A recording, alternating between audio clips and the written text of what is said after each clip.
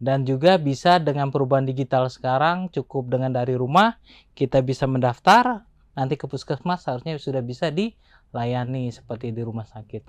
Jadi mobil JKN itu bisa reduksi, kita bisa lebih produktif. Apa yang bisa kita lakukan? Kalau memang kita sakit bisa lebih istirahat. Kan kadang-kadang sudah sakit, antrinya lama, sampai di rumah sakit tambah sakit Tambah dia kan, sakit. tambah sakit. Padahal kalau dia bisa lihat, oh jam 1, dia bisa istirahat, dapat pengobatan maksimal, dapat obat, pulang Sehat lagi ya. sehat lagi Iya. sebetulnya.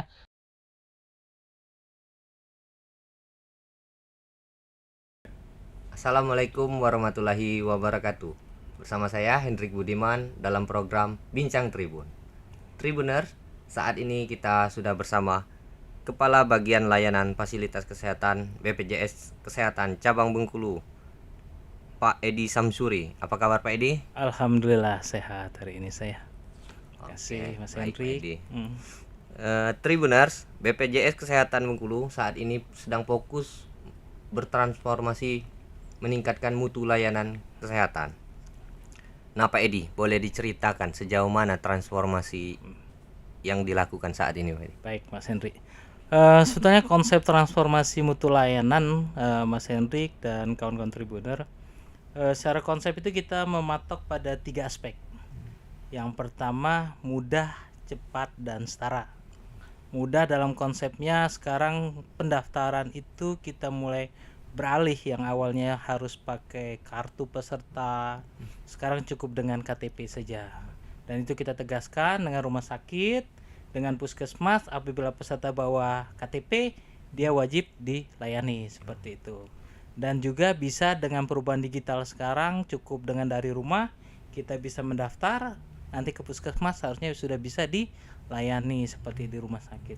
Terus yang kedua, cepat itu kita mulai menetapkan standar ya. Standarnya itu adalah bagaimana proses pelayanan dan waktu layanan. Itu kita tetapkan sehingga yang selama ini keluhannya bahwa pelayanannya terlalu lama, bertele-tele, itu bisa kita reduksi, bisa kita kurangi sehingga tingkat kepuasan peserta itu bisa tercapai. Yang terakhir setara itu adalah tidak membeda-bedakan. Kalau sekarang kadang-kadang Anda berobat pakai apa nih? Pakai BPJS. Oh, BPJS nanti dulu. Kan kita sering lihat kan. Bahkan di TikTok itu kan banyak kan? Banyak. Nah, dengan setara itu kita memastikan bahwa pelayanan di puskesmas, rumah sakit itu tidak ada pembedaan. Kenapa? Sama-sama pembayarannya. Tetapi yang mungkin satu dibayar oleh pribadi, tetapi yang satu dibayarkan pegangan skema asuransi. Jadi sebetulnya tidak boleh ada diskriminasi antara BPJS dengan umum. Kenapa juga? Kenapa? Karena rata-rata sekarang apalagi kita Provinsi Bengkulu, Mas Henry, itu peserta sudah UHC. Jadi sebetulnya yang dilayani oleh kawan-kawan rumah sakit itu JKNK semua, BPJS. Jadi harus setara. Jadi transformasi mutu layanan itu kita kabarkan dengan 3, cepat, mudah, dan setara. 3 hal seperti itu. Berarti cukup apal nomornya aja ya, Pak. Ya, Nggak usah bawa pakai kartu andika lagi aja ya. gitu kan. Seperti itu. Oke. Pak Edi, apa saja yang meliputi layanan Paskes di BPJS ini? Ya. Jadi sebetulnya kalau kita pelayanan BPJS Kesehatan itu tetap dengan skema asuransi ya. Pertama yang harus perbedaan, kan kadang-kadang orang berpikir kelas 1, kelas 2, kelas 3. Perbedaan kelas 1, kelas 2, 3 itu hanya diakomodasi.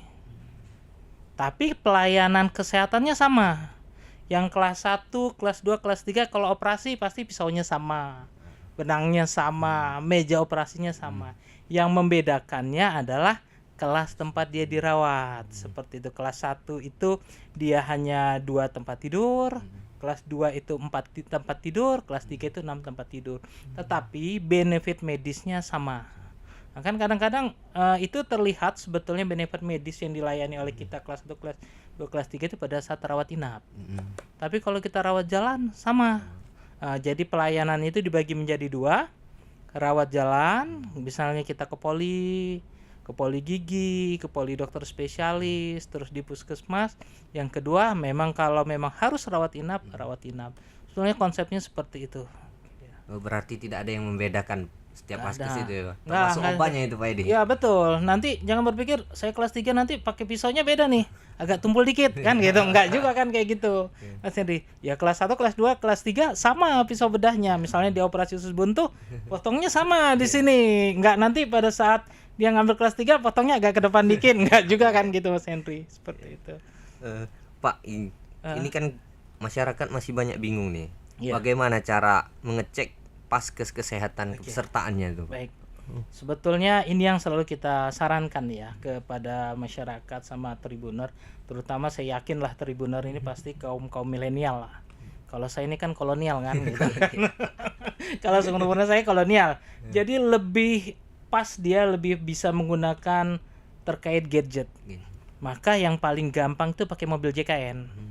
Pada saat dia mobil JKN nanti bisa lihat pesertanya statusnya terdaftar di mana, bahkan dengan anggota keluarganya. Nanti kalau ada keperluan dia mau berobat bisa ngedaftar lewat mobil JKN. Maka memang kami menggalakkan salah satu dari peningkatan mutu layanan kesehatan adalah transformasi digital. Sekarang ini kita era digital. Ya. Bahkan sekarang kita lebih baik ketinggalan dompet dibanding ketinggalan HP kan. Kalau ada HP kadang-kadang scan aja kan. Nah, sama pada saat kita mendapat pelayanan, misalnya kita mau berobat, kita misalnya posisi paling gampang. Kalau di daerah sendiri mungkin kita gampang ya Mas Henry ya. Tapi misalnya Mas Henry ke Jakarta sakit, cukup buka mobil JKN, lihat vaskes terdekatnya di mana. Misalnya terdekatnya Puskesmas Cimanggis gitu kan. Tinggal aja ke sana, tunjukin pakai KTP, pakai HP-nya, sudah bisa dilayani maksimal 3 kali. Berarti walaupun tidak ada tidak sesuai paskesnya bisa tetap dilayani itu. Ya, 3 kali dengan catatan luar wilayah. Luar wilayah ya. Luar wilayah misalnya kita di Kota Bengkulu, posisi lagi di Muko-Muko boleh. Tapi kalau di Bengkulu, misalnya dia di Bengkulu terdaftarnya di Puskesmas Jembatan Kecil, maka berobatnya tetap Jembatan Kecil, jangan ngotot ke Bentiring karena dia masih satu wilayah. Itu yang kadang-kadang salah persepsi. Jadi memang diatur juga di peraturan presiden bahwa memang kita boleh 3 kali berobat keluar di luar vaskes terdaftar dengan catatan posisi luar wilayah gitu. Pak, itu yang biasanya menjadi Betul. problem di masyarakat, Ya. di mana PR-nya BPJS Kesehatan mensosialisasikan itu, Pak. Baik. Kalau mensosialisasikan itu sebetulnya salah satu dalam konsep vaskes tingkat pertama gitu. Sebetulnya kita itu sudah minta mereka ikut membantu lewat TikTok lah. TikTok itu kan viral ya. Saya juga kalau saya nggak begitu ini ya. Tapi kalau TikTok kalau anak muda itu gampang lah gitu kan. Dia bisa lihat TikTok. Sebetulnya sudah dibantu sama kawan-kawan puskes. Bahkan kita juga membuat flyer sendiri seperti itu. Dan saya perhatikan kreatif. Gitu. Ada yang bisa jadi nenek-nenek pakai mobil JKN kan kreatif kan gitu. Jadi sebetulnya pemahaman sosialisasi itu ya kita harapkan mungkin kita terdaftar di puskesmas mana sekali-kali dilihat Instagram dia, TikTok dia, Facebook dia kan gitu. Yang kadang-kadang kita lihat yang nggak penting-penting kan, padahal kan itu Mas Henry yang dilihat padahal hal yang penting seperti itu. Memang pada akhirnya keluhannya kami nggak tersosialisasi. Nah yang harus kita pahami adalah sebetulnya ada beberapa pula yang menyatakan sebenarnya contoh paling gampang terkait dengan regulasi dan perundangan.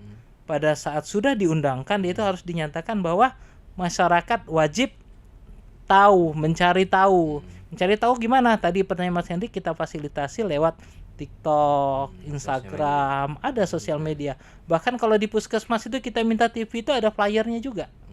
Dia ada apa? Jadi sambil duduk-duduk kita nunggu perawatan, seharusnya informasi itu bisa tercapai seperti itu. Oke. Kembali lagi ke aplikasi mobile JKN tadi, Pak. Iya. Gimana tuh, Pak? Bisa mengakses paskes lewat aplikasi mobile JKN Iya, tadi, Pak. betul. Jadi gini, aplikasi mobil JKN itu sebetulnya multifungsi ya. Dari kita bisa menambahkan anggota keluarga, bisa nambah vaskes, bisa bayar iuran dengan cara mencicil dengan program rehab, terus bisa screening kesehatan setahun sekali. Dari screening kesehatan itu kita bisa lihat kondisi kita sehat apa enggak. Terus yang terakhir yang kita lakukan sekarang adalah bagaimana misalnya saya mau berobat, saya misalnya terdaftar di klinik pelabuhan, saya mau berobat hari ini, saya bisa ngatur. Saya daftar, saya mau berkunjung jam berapa, jam 9, milih dokternya siapa. Nanti keluar nomor antriannya di mobil JKN. Nomor antrian Anda nomor 3, estimasi dilayani jam 9. Jadi nggak mesti nunggu. Nggak mesti gitu nunggu. lokasi Ngapain ya, Pak? kita dari jam 7 kan gitu kan. Estimasi jam 9. Sama di rumah sakit. Nah, ini yang saya sering lihat. Kadang-kadang kita masyarakat ini dia sudah daftar, sudah jelas tertulis Anda dilayani dokter spesialis jam 1. Datang ke rumah sakitnya jam 10. Kan Nunggu ya. nunggu. Dia tetap dipanggil jam 1. jam 1. Jadi pasnya adalah 1 jam sebelum dipanggil. Jadi mobil JKN itu bisa reduksi, kita bisa lebih produktif. Apa yang bisa kita lakukan? Kalau memang kita sakit bisa lebih istirahat. Kan kadang-kadang sudah sakit, antrinya lama, sampai di rumah sakit tambah sakit Tambah ya kan, sakit. tambah sakit. Padahal kalau dia bisa lihat, oh jam 1, dia bisa istirahat, dapat pengobatan maksimal, dapat obat, pulang Sehat lagi ya. sehat lagi sebetulnya. Cuma kadang-kadang masyarakat ini berpikirnya nggak penting gitu kan. Padahal pada saat sudah menginstal, malah itulah yang menang terus akhirnya. Dia untuk melaksanakan waktu pengobatannya lebih optimal, pelayanannya lebih maksimal dilakukan oleh Vaskes, kawan-kawan seperti itu. Oke. Pak, kalau di mobil JKN apakah bisa mengurus pindah paskes ini untuk masyarakat ini? Bisa. Bisa. Dari mobil JKN boleh kita melakukan pindah Vaskes. Apakah seluruh? Enggak. Misal contoh, misalnya saya posisi kawan-kawan, misalnya saya posisi di Muko-Muko. Anak saya terima di Unip. Saya bisa mindahkannya cukup lewat mobil JKN ke misalnya ke klinik Unip. Iyalah, kalau dia sakit kan nggak perlu ke Muko-Muko, berobat aja di Bengkulu. Nah, itu yang saya kadang-kadang kita bertahan juga. Kemarin saya juga menyampaikan ke kawan-kawan, kiranya bisa mengoptimalkan sesuai dengan domisili. Jangan sampai nanti pelayanan kesehatannya terlalu jauh, akhirnya pelayanan kesehatannya tidak maksimal hingga timbul juga keluhan. Bisa.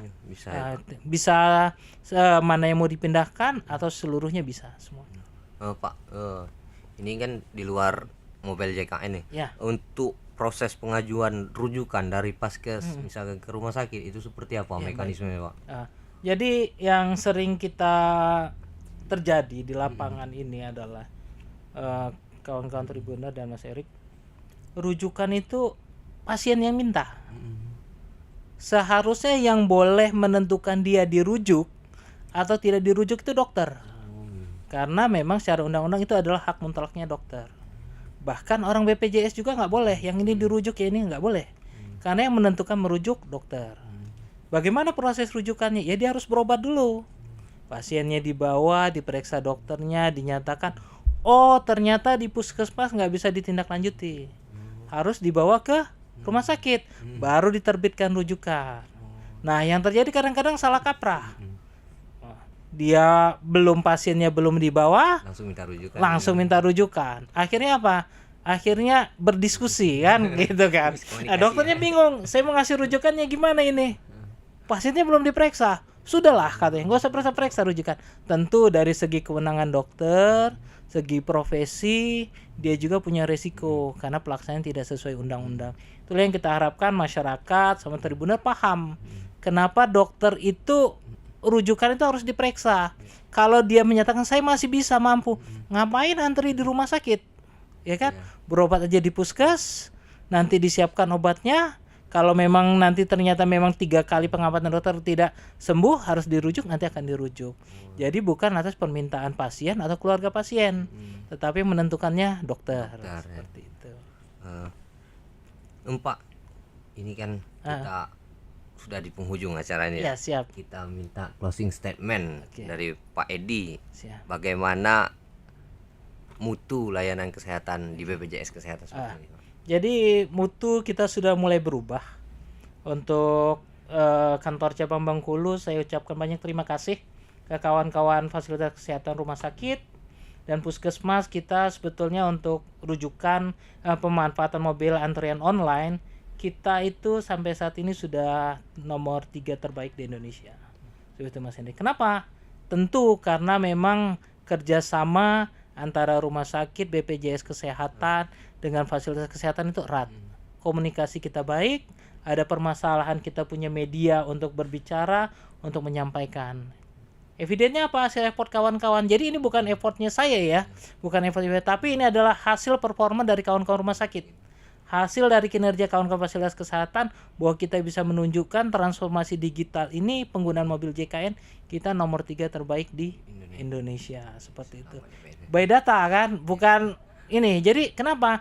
Karena kita sudah melaksanakannya dari 2020 sampai 2024. Saya ucapkan terima kasih kepada kawan-kawan rumah sakit, masyarakat yang juga sudah menggunakan transformasi digital mobil JKN, sehingga kita salah satu menjadi salah satu indikator bahwa memang Bengkulu terkait dengan pelaksanaan transformasi digital kita cukup berhasil.